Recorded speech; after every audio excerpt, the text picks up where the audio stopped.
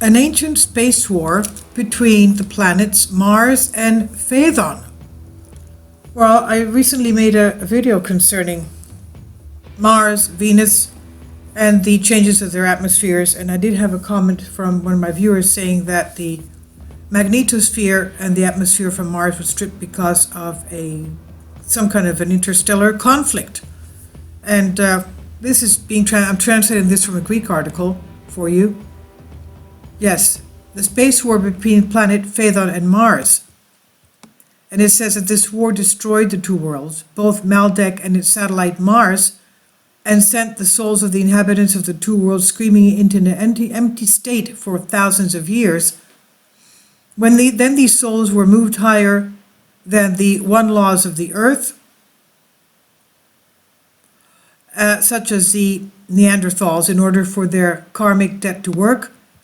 Maldek's story began with J.E. Bode, who had pointed out a regular pattern in the distances of the planets from the sun, and called Bode's law, which foresaw that there should still be a planet between Mars and Jupiter. This triggered a telescopic hunt for the missing planet, and in 1801, Giuseppe Piazzi discovered Dimitra, the largest planet in the asteroid zone.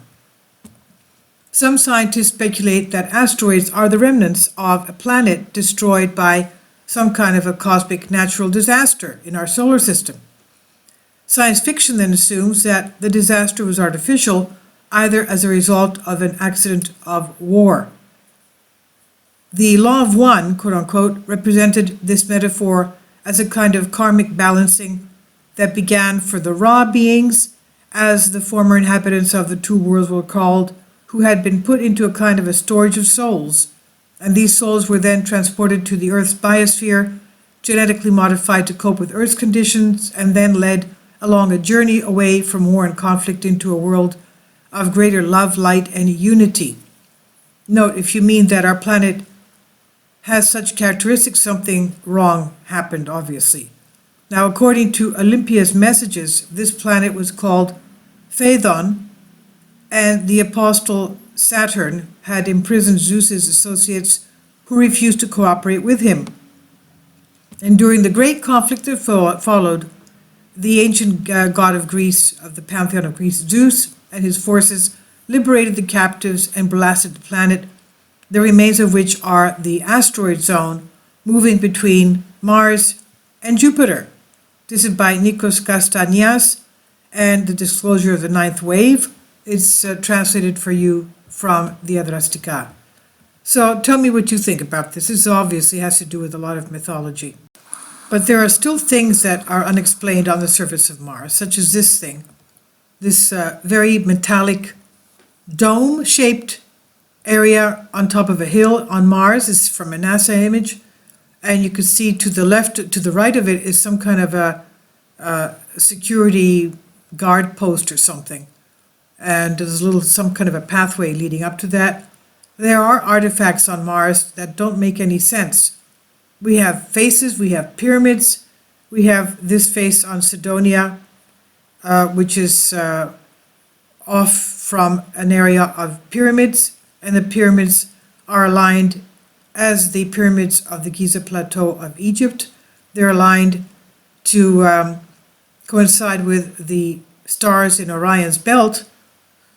And we do have the Emerald Tablets, again, written by Thoth the Atlantean, telling us that they had colonies on Mars before the Great Chaos, some kind of a solar system chaos that took place and even changed the atmosphere on our Earth, bringing deluge and causing the Atlanteans, the ones that survived, to go to other areas of the Earth. Thoth went to Egypt, and then he went to the Americas and established new cities with pyramids. And I guess the pyramids had to be placed to begin with because they perhaps were providing unlimited free energy for the inhabitants of the area. And they also, of course, spread their culture and their technology to the beings of those areas, which were basically barbaric.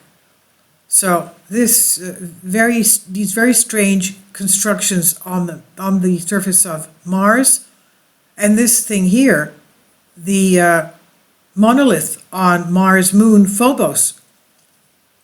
This is miles high, as you can see, the shadow casting it perfectly straight. This is the monolith on Phobos.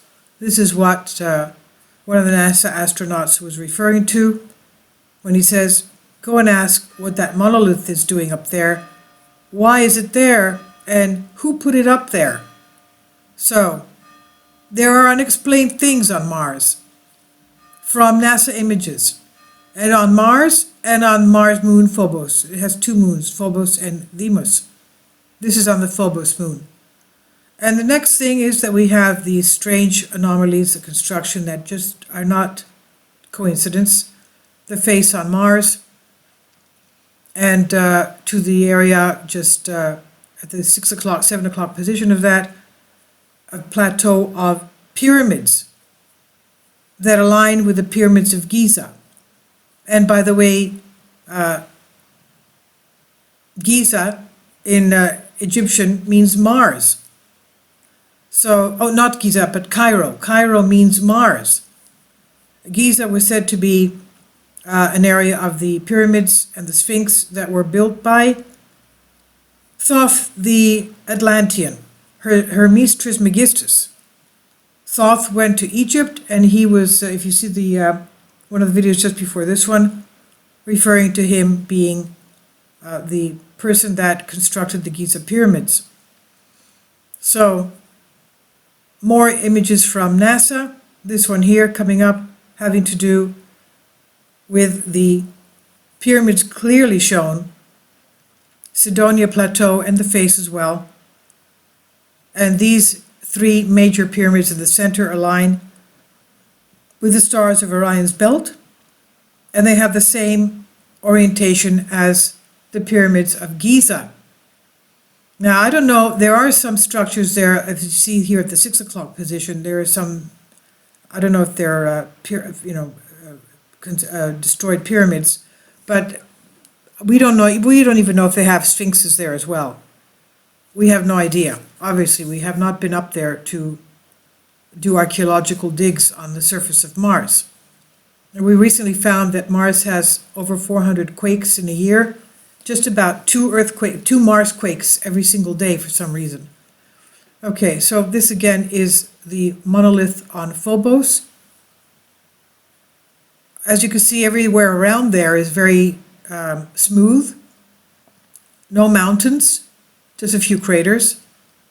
But obviously that thing is sticking out as if it's been constructed there, a very straight column, a pillar on the moon of Mars. Anyway, tell me what you think about this. It seems like there are ruins on the planet, and we know that also from one of our past videos we learned that one of the Anunnakis was buried here, was exiled over Mars at the time when it had an atmosphere and a magnetosphere. And he was there, after he died, he was buried under a face on Mars, they said. A face on Mars lying over his tomb. And he was exiled there where 7 or 8 of his entourage, they're also buried there. And he was supposedly an Atlantean Anunnaki. And we just happen to have this face on Mars in a plateau of pyramids. This just is not, it's just too much to be a coincidence. I don't believe these are natural formations with pyramids and faces everywhere. Anyway, tell me what you think.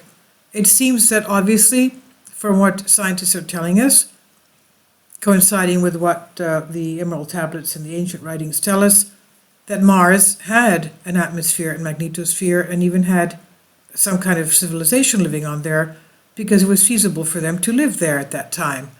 Not so anymore, of course.